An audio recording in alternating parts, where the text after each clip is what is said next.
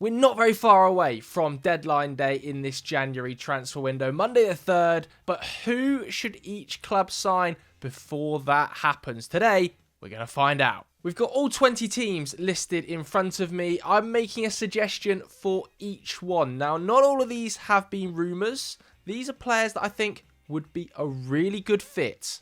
Let's start alphabetically, shall we, with Arsenal. For the Gooners then, let's keep it simple and talk about the exclusive that the Secret Scout broke yesterday.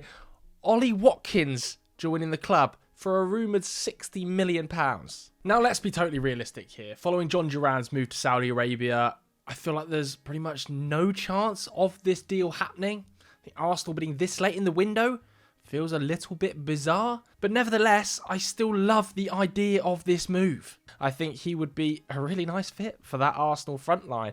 Yes, he is now 29 years old, but Arsenal need to win right now. The opportunity is there this season, next season, to compete with Manchester City, who are themselves turning over a new squad. He hasn't hit less than double figures in a domestic league season since 2015. That was when he was playing at Exeter City, and when he was at Exeter City he was basically playing as a central midfielder. Across the last 2 campaigns, 15 goals, 19 goals. His work rate off the ball feels like it suits a Mikel Arteta system. There is the odd occasion where he snatches at chances a little bit. His XG sits in about the top 25% of European strikers.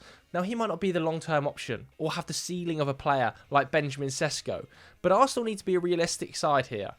They're not going to get Alexander Isak. It is not going to happen. He is going to cost £150 million even in the summer. I think Ollie Watkins represents an immediate improvement on what they've got. A player that is in the prime of his career, might still improve under a coach like Mikel Arteta. This is a scary thought, Ollie Watkins at Arsenal. Let's go to Aston Villa, who definitely need a centre-back. Clearly, Pau Torres being out injured, Tyrone Mings having his knee assessed at the moment, means they've got very few defensive options after letting Diego Carlos leave the club. The 140 deal seems to have been put on the back burner, which has opened the deal for Axel Disasi. Am I going to suggest Axel Disasi? No. I think Villa should be really punchy here. I think they should be spending a lot of money at centre-back. Really do think this is an area of the squad they can improve. And why not go for one of the best young central defensive talents in world football, put a marker down, like they did with Issac Moussa Diaby, to be honest with you, even though it didn't eventually work out.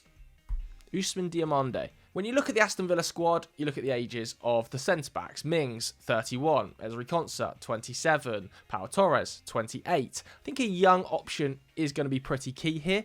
Ousmane Diomande would be extremely punchy. Some of the best clubs in Europe are chasing his signature, and he's currently competing with Sporting CP to an extremely high level. This is a player who is very, very comfortable on the ball. He is an elite level passing centre-back. Really impressive for a player given his frame. He is not a small man, Ousmane Diomande, either. And that tells that he is in the top 5% of Europe's top 7 league centre-backs for winning their defensive duels. So we've got a good duel winner who's very young, who is excellent both in the air and on the ground. Really good at passing. I love the idea of him playing centre-back for Villa. Let's go to Bournemouth. Loads of talk about them needing a striker. And I do sort of agree, given Enes Unal and Evan Nilsson both out injured long term. But the way Bournemouth are playing, I wonder if a sort of versatile forward, maybe a winger, might be an option as well. You know, I think Tango Ouattara looks pretty exciting through the middle as cover for those two.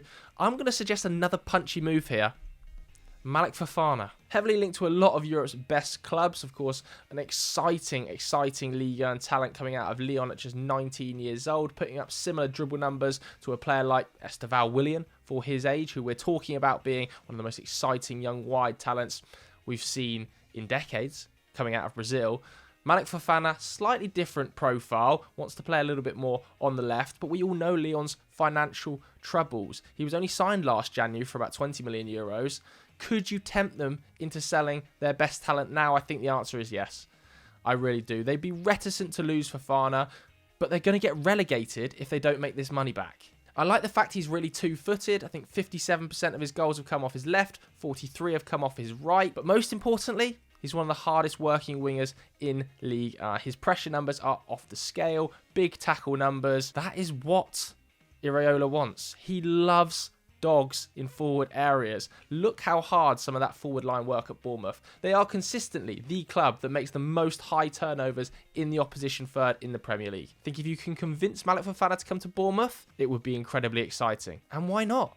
Bournemouth are on a European charge. Iriola is one of the best young coaches in Europe. I'm being serious. At Brentford, I'm going to suggest a left back. I know Rico Henry is making his way back into the side, and he had that small injury setback at the weekend, but I just think they need some cover there for him. We've seen Keane Lewis Potter play there on occasion. I'm going to suggest Musa Njai, the Anderlecht left back. Of course, he used to play for Barcelona, joined Anderlecht a couple of years ago now, and looks really impressive. His athleticism clearly stands out in that division. His on-the-ball ability is excellent, and this is the kind of move we've seen Brentford do in the past. They've dipped into the Belgian Pro League, of course, recently taking the likes of Igor Thiago. Maybe they'll do it again. Brighton are reportedly in the hunt for another centre-back, heavily linked to Tosin Adarabioyo, who I think is a good player and certainly proved that at Fulham. Hasn't quite worked at Chelsea, but it is a big step up from Fulham to Chelsea. Brighton, though, I associate with taking some of Europe's best young talent and improving them to the point where they become a superstar. And that is what I think they could do with Ryan Flamingo. Now, it's going to be incredibly difficult to get him out of PSV, who are absolutely in the midst of a title charge right now, battling with Ajax for an Eredivisie title, playing in Europe, but he is an unbelievable level talent. When he joined from Utrecht, he was playing more as a 6, but this season as a centre-back, his passing range has impressed everyone. Amongst under 21 centre-backs in Europe's top 7 leagues, he ranks first for defensive duels, interceptions, passes, forward passes, long passes, short passes, progressive passes. He's 6'2", he's athletic, he can play as a left back, a right back, a DM, or a centre-back. This smells like Brighton. At Chelsea, I still think the goalkeeping situation needs to be resolved. It's not an easy signing though, is it? Should Jorgensen not be given a chance now? If he's not going to be, do they dip into the market and spend some big money? And could they spend some big money on Gregor Kobel? Let's face it, Borussia Dortmund aren't going to be getting Champions League football next season. They're currently 11th in the league. Really struggling. They look a little bit all over the place. Gregor Kobel is one of the outstanding Bundesliga goalkeepers. I'm not saying he is one of the best goalkeepers in the world, but he could be a massive upgrade on Robert Sanchez. His post-shot expected goal numbers are really impressive, despite the fact Dortmund are 11th. He's decent enough with his feet to be an upgrade, again, on Robert Sanchez. And if we're real, Chelsea need a new goalkeeper to go to the next level. And the next level might well be a title contest, of which I think Gregor Kobel, at 27 years old, can absolutely be a goalkeeper for. At Crystal Palace, I know Tyreek Mitchell has been one of the most underrated left-backs in the Premier League for a number of years, but in this left wing-back role, I actually think he's struggling a little bit. Whenever I speak to Crystal Palace fans, they aren't happy with his attacking output. So I wonder, could you find a player who comes in and provides more attacking output, doesn't have to play every week, maybe he needs the rotation, needs to be eased in a little bit more slowly? I'm going to suggest a rogue one, Ben Chilwell. Now, Chilwell is part of the bomb squad at Chelsea. He's not getting any minutes, and it's been pretty clear he's going to be allowed to leave the club, not just this window, probably in the summer as well. Maresca doesn't fancy it, and part of the reason for that is a terrible injury record. We know that about Ben Chilwell, but has 6 months off, 5 months off, allowed his body to recover a little bit? And if so, can he refine some of the excellent form we have seen him operate in as a left wing back? You think back to his last really good season, 2 years ago now, when he put up 1,400 minutes. He was in the top 20% of European wing backs for expected goals, expected assists, shot creating actions, progressive passes. And that is probably what Palace are missing on that left-hand side from the left wing-back role, a creative wing-back. Tyreek Mitchell is better than Ben Chilwell defensively, and there'll be certain games where he is the better option. But when they are playing teams they think they can dominate, Chilwell might be a good shout. Everton certainly need a striker. Dominic Calvert-Lewin's picked up an injury. He's going to be expected to be out for 6 weeks. Beto has scored just 1 Premier League goal this season. I'm going to suggest Taiwo Awoniyi. The minutes simply aren't there for him with Chris Wood in the side at Nottingham Forest. Yes, Chris Wood might be 33 years old, but he eats them all up. And I'm not saying he would go to Everton and just start bagging goals for fun, but when he first arrived at Nottingham Forest, he made a real impact there. Let's not forget he scored 10 goals in his first 17 Premier League starts. Very impressive numbers, and his physicality definitely reminds me of a David Moyes number 9. The ability for him to run the channels, hold the ball up, back to play, should add something to this Everton side who are crying out for a 9 like that. Fulham, I think, need a right back. Tete has spent a pretty significant amount of time out. Doesn't look like he's going to be back anytime soon with that knee injury. I like Castagna, but at 29, is there a younger option that could come in and make a mid-season impact, potentially him to have an impact for the long term? If there is, I'm going to suggest Milan van Ewijk, who is, of course, the Coventry right-back. Now, he's 24 years old, he's Dutch, he's an excellent ball-carrying right-back. He reminds me a little bit of an Ola Aina light sort of player. Excellent progressive carrier, really good dribble numbers, and probably offers something that Castagna doesn't, which is an attacking threat. At Ipswich, not an easy club to find because they've actually signed quite a few players, including Jaden Philogene this January. I wonder if the goalkeeper could be improved yet again. I know they bought Muric in the summer, but he's made 5 errors leading to goals. That's the joint most in the league with Robert Sanchez. We've also seen him rotated out the side recently, haven't we? So could a good option for them in goal be Sam Johnston? He's simply not getting any minutes. At Wolves at the start of the season, him and Jose Sarr sort of splitting minutes when Gary O'Neill was there. But since Vitor Pereira's come in, Sam Johnston hasn't started a Premier League game. He is apparently going to be allowed to leave the club. If that's the case, I think he would be an upgrade on Muric. He was very solid at Crystal Palace. He wasn't one of the best keepers in the league, but at 31 years old, he was a safe pair of hands, and I do think he would improve Ipswich starting 11. Leicester need a striker. Now, it's really hard to find someone on the market. I'm dipping into the Championship yet again. I'm going to suggest Emmanuel Latalath at Middlesbrough, heavily linked with that move to Atlanta United over in the MLS. Reports were about £15 million plus bonuses. I think it was up to about £18 million. I love it. Whenever I watch him in the Championship, I think he's a really, really good level striker. And the underlying numbers prove that out. He's at 0.5 non-penalty expected goals per 90 this season. He's extremely hard-working. 16 goals he scored for Borough last season. Already got 11 this season. I think Leicester could do a lot worse. I think Leicester might have to some level plan for next season in the Championship. And having a player like Latalath in the Championship next year in your side can only be a good thing. Liverpool ain't going to sign anyone, let's be real, and this suggestion I don't see happening. In fact, I saw an interview from him today saying that he doesn't want to leave Ajax in January, but I'm going to suggest João Harto.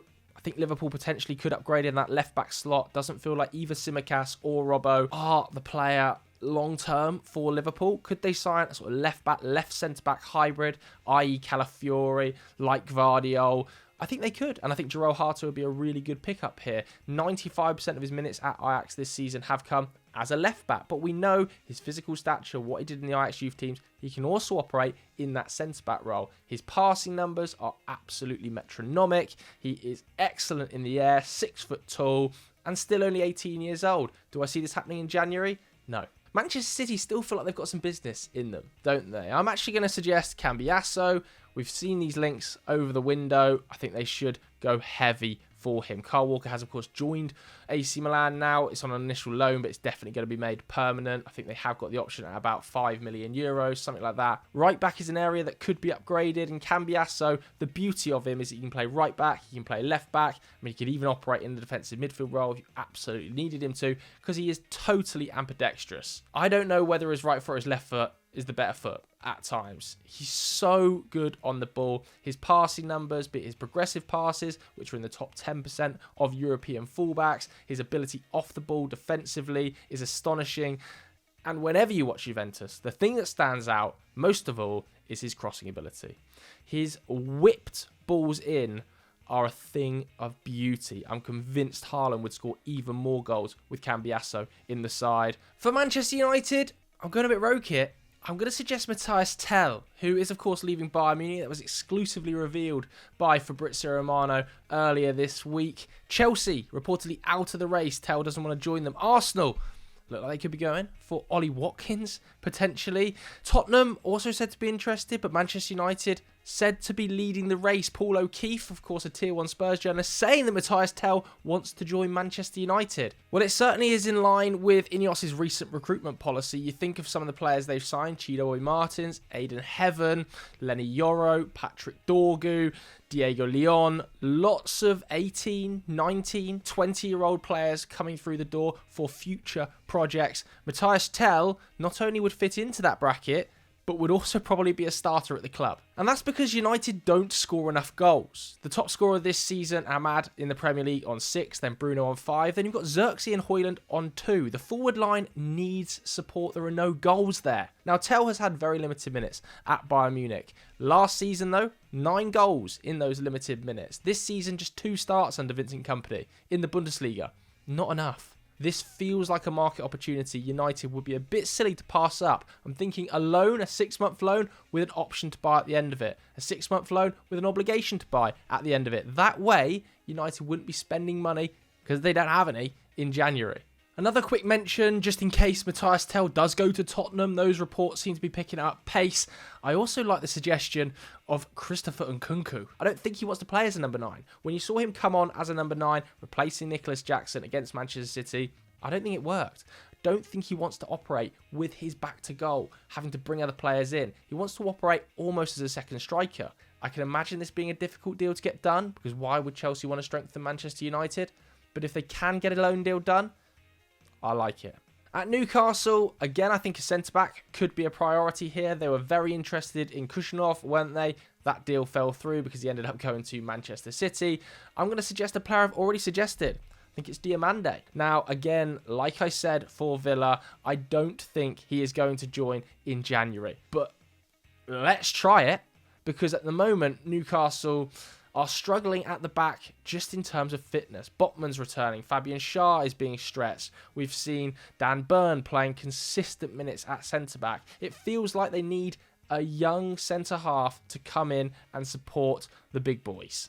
And I think that could be Diomande. Forest, there's loads to talk about them needing a number 9. I still agree with the links to Matheus Cunha. I love the idea of Matheus Cunha going to Nottingham Forest. Versatile enough to play in any of the positions across the front line, and support act for Chris Wood. It would allow Awoniyi to leave the club.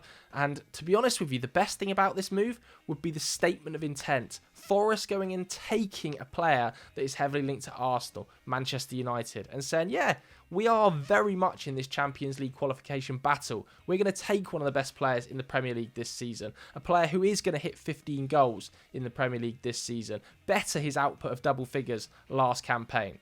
A player who is one of the best progressive dribblers in the league. And it might cost £60 million, but my God, what a statement that would be. Southampton, I don't know where to start, man. Where do you start with Southampton?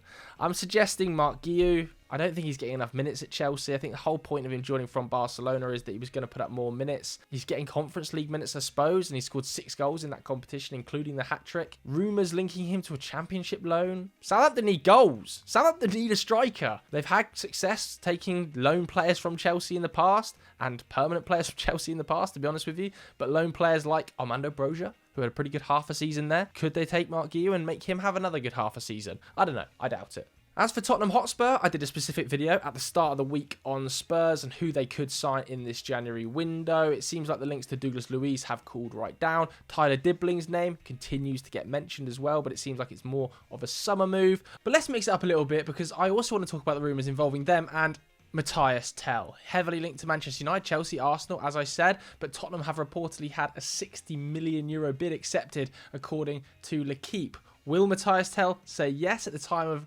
recording this? I don't know yet, but the fit is pretty exciting. Obviously, Solanke is out with an injury. Richarlison is still on the books, but the ability to cover not only in the number 9 role, but also in the left wing role, where Heung-min Son is getting no younger, it's got to excite Tottenham fans. They wanted Daniel Levy to dip into his pocket.